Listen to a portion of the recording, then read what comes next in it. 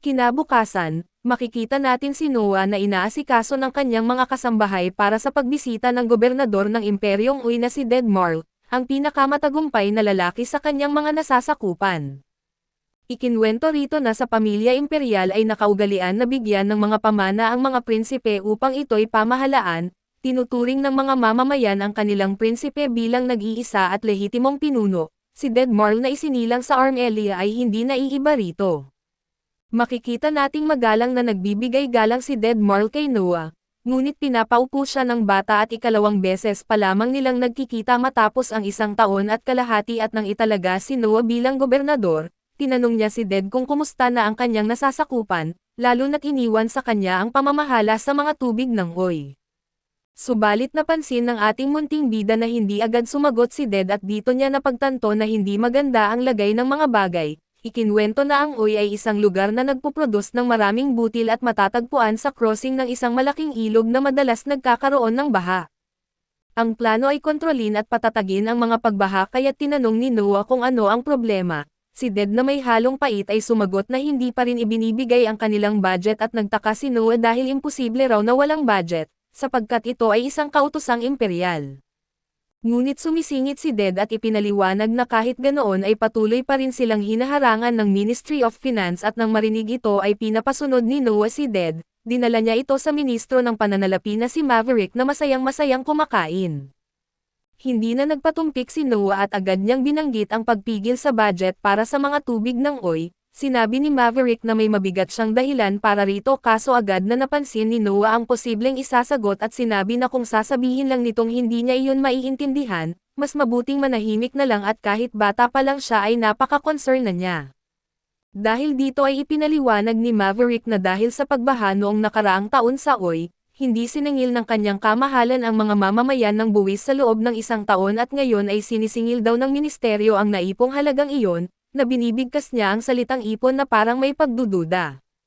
Dahil dito ay tinanong siya ni Noah kung inaakala ba niyang tanga siya, totoo mang pinayagan ng kanyang kamahalan na huwag magbayad ng buwis ang mga tao, iyon ay dahil wala naman talagang makokolekta at isa lamang itong marangal na kilos.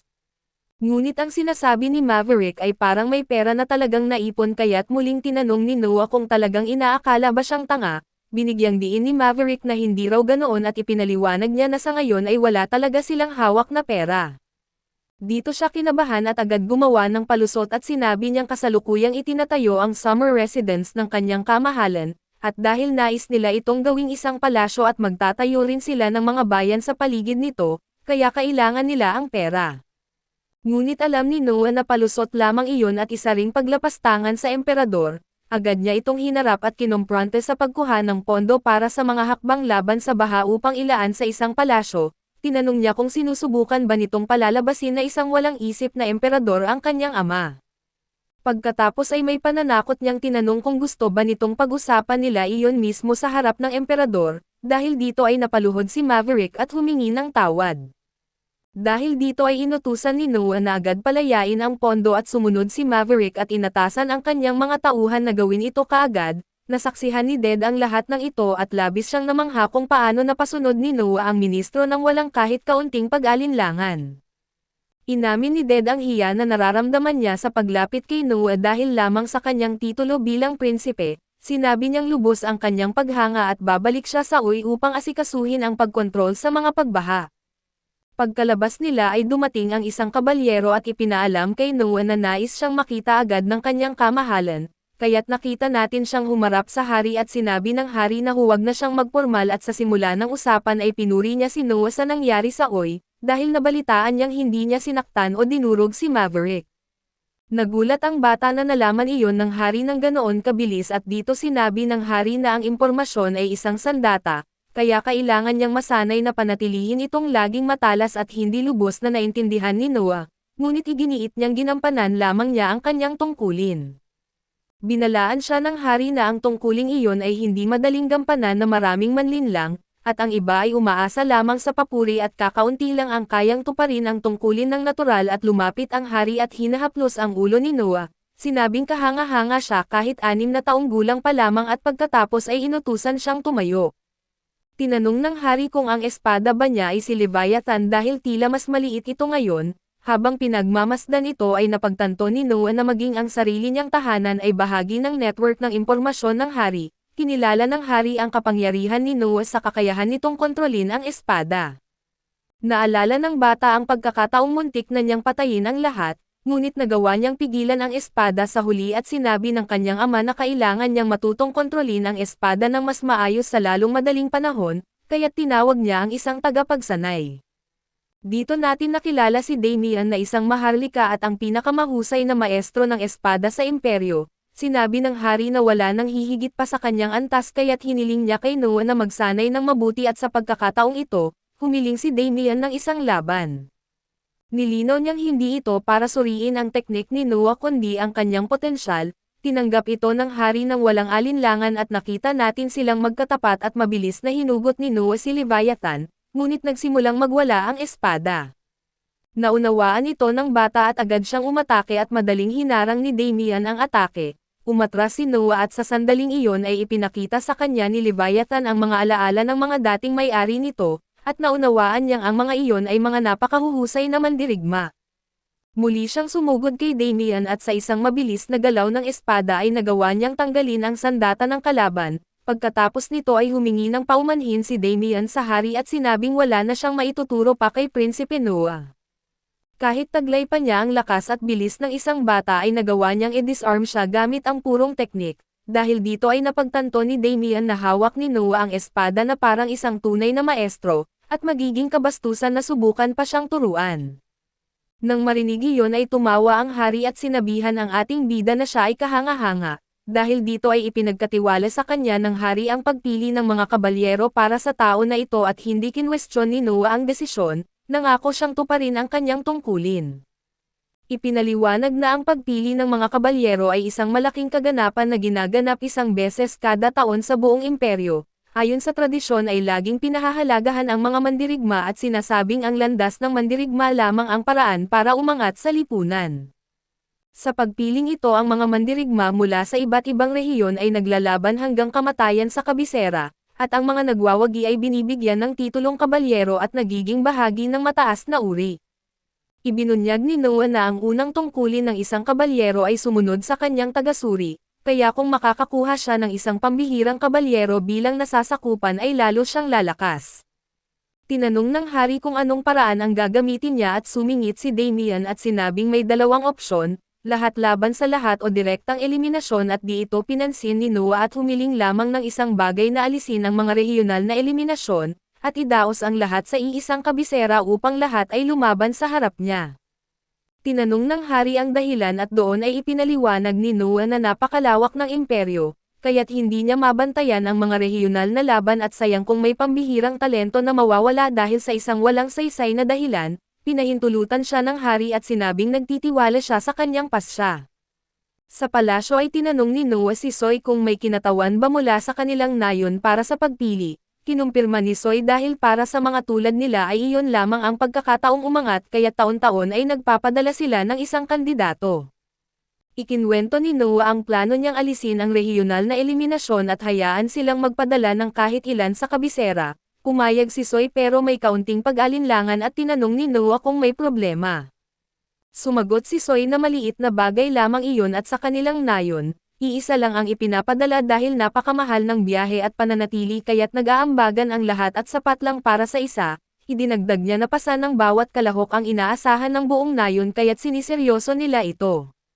Dahil dito ay nagpasya si Noah dahil gusto niya ng maraming kandidato. Ayaw niyang may talentong masasayang dahil lang sa pera at siya na ang sasagot sa gastos sa biyahe at tirahan. Ikatutuwa iyon ng mga tao sa nayon pero sinabi ni Soy na napakalaki ng magagastos. Ipinakita ni Noah na bukod sa pagiging pinuno negosyante at may pananaw ay isa rin siyang mahusay magtipid. Sa halip na magpatayo agad ng matitirahan ay tinawag niya si Dylan upang alamin kung ilang bakanteng bahay ang mayroon sa kabisera at bilhin ang mga iyon. Kung sakaling kulang pa at saka sila magtatayo ng isang dormitoryo at kailangan din ng pagkain, kaya inutusan niyang kausapin ang mga pinagkakatiwalaang mga ngalakal. Samantala ay pupunta siya sa lungsod at iniwan na tuwang-tuwa si Soy sa kahusayan ng kanyang Panginoon.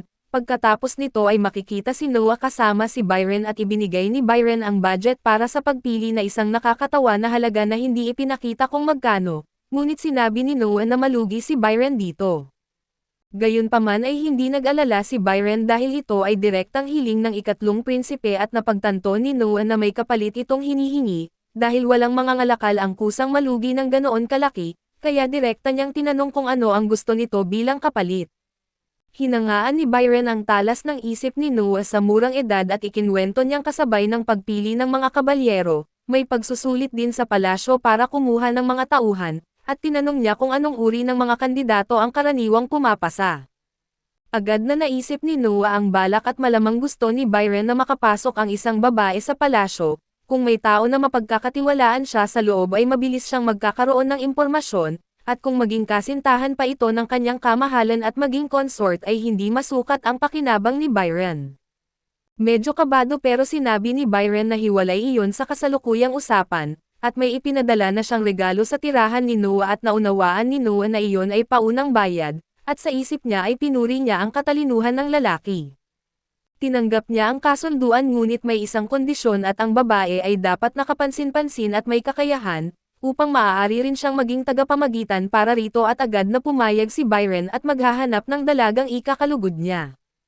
Bukod dito ay humingi rin si Byron ng pahintulot na gamitin ang sagisag ng kanyang angkan sa negosyo, dahil napatunayan ni Noah na wala nang mas mabuting kakampi pa at pumayag ang bata at tinanggap siyang nasa ilalim ng kanyang utos, ngunit malinaw niyang sinabi na hindi niya kukonsintihin ang anumang pagtataksil. Habang nasa karwahe ay sinabi ni Noah na sa pagkakaroon kay Byron bilang nasasakupan, nagkaroon siya ng kalamangan at maaari siyang maging mas malakas at sa labas ay nagsimulang umulan at napansin ni Noah na ang dati niyang dobleng S na ranggo sa tubig ay bumababa ng isang S, kaya naghinala siyang may nangyaring hindi maganda sa Armelia. Agad niyang inutusan si Soy na dumiretso sila sa palasyo upang makita ang kanyang kamahalan. Pagdating nila ay sinabi ng hari na may kakaibang nangyayari nga sa Armelia, ngunit inamin niyang hinala pa lamang niya iyon batay sa ilang palatandaan. Maya-maya ay dumating ang isang sugo at ibinalita na sumiklab na ang isang pag-aalsa sa Armelia. Sa impormasyong ito ay tinanong ng hari si Noah kung gaano kalawak sa tingin niya ang saklaw nito at sa isip ni Noah na kahit bumababa ang kanyang ranggong tubig sa S, parang kalahati lamang iyon ng kanyang kapangyarihan dahil isa lang iyon sa maraming antas ng lakas niya. Kaya't sinabi niya sa hari na mukhang maliit lang ang pag-aalsa at kinumpirma ito ng hari, dahil ayon sa mga ulat ay nasa 5,000 tao lamang ang sangkot at tinanong niya si Noah kung nais niyang pumunta upang masupol ang rebelyon sa sarili niyang teritoryo. Sumagot si Noah na imposible iyon dahil bata pa siya at wala siyang karanasan sa digmaan at hindi rin siya sigurado kung susundin siya ng mga sundalo, kaya kung magpapadala man ng prinsipe na mas mainam daw na isa sa kanyang mga kapatid ang ipadala. Nagulat ang hari na tinanggihan ni Noah ang pamumuno sa sitwasyong iyon, ngunit tinanggap pa rin niya ang desisyon at tinanong kung sino ang iminumungkahi niya at walang pag-alinlangan na binanggit ni Noah na si Henry. Tinanong ng hari kung bakit. Ipinaliwanag ni Noah na dahil sa laki ng sitwasyon at ang pinakaangkop ay isang direktang pag-atake at iyon ang specialty ni Henry, na siya ring pinakamaingat sa kanilang magkakapatid, naunawaan ng hari ang mahusay na pagpili kaya't ipinatawag niya si Henry. Dumating si Henry Cavill at ito'y kamukha ng Superman na kilala natin, pero dahil hindi ito ang kanyang universo at siya ay si Henry Ararat na nakita natin siyang kasama ang ating bida patungo sa lugar, tinanong ni Henry kung talagang palalagpasin ni Noah ang pagkakataon. Ipinapaalala niyang ang imperyo ay isang bansa ng mga mandirigma at ang pag-iipon ng mga tagumpay sa militar ay magbubukas ng maraming pinto. Ipinaliwanag ni Noah na masyadong biglaan ang lahat at hindi pa siya handa, at kahit mabuhay siya ay malamang na mamatay lang ang kanyang mga sundalo ng walang saysay. Kinilala ni Henry ang pagiging maingat ni Noah dahil ganoon din daw siya. Ngunit bigla ay naramdaman ni Noah na may reaksyon si Leviathan at agad niyang iniutos na huminto ang karwahe. Tinanong ni Henry kung ano ang nangyayari. Ipinaliwanag ni Noah na nag-react si Leviathan at sa kanyang isip na ang ibig sabihin nito ay siya mismo ang tunay na target.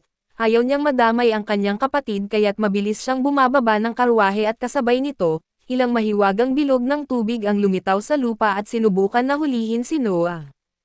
Doon ay mga asasin ang lumitaw at pinapalibutan siya ngunit napapalayan ng ating munting bida ang sarili gamit ang kanyang mga shield. Iniutos ng isa sa mga asasin na patayin siya at sumugod sila, subalit kahit hindi ginagamit si Leviathan ay tinalo ni Noah ang mga ito sa isang hiwa lamang. Matapos mapabagsak ang mga kalaban ay lumapit si Henry upang tingnan ang mga katawan at ipinaliwanag niyang ayon sa mga ulat. Ang mga rebelde ay mga sundalong nakasakay sa kabayo subalit hindi niya inakalang may ganitong klase silang tauhan, nang hinayang siya na hindi niya sila may tanong.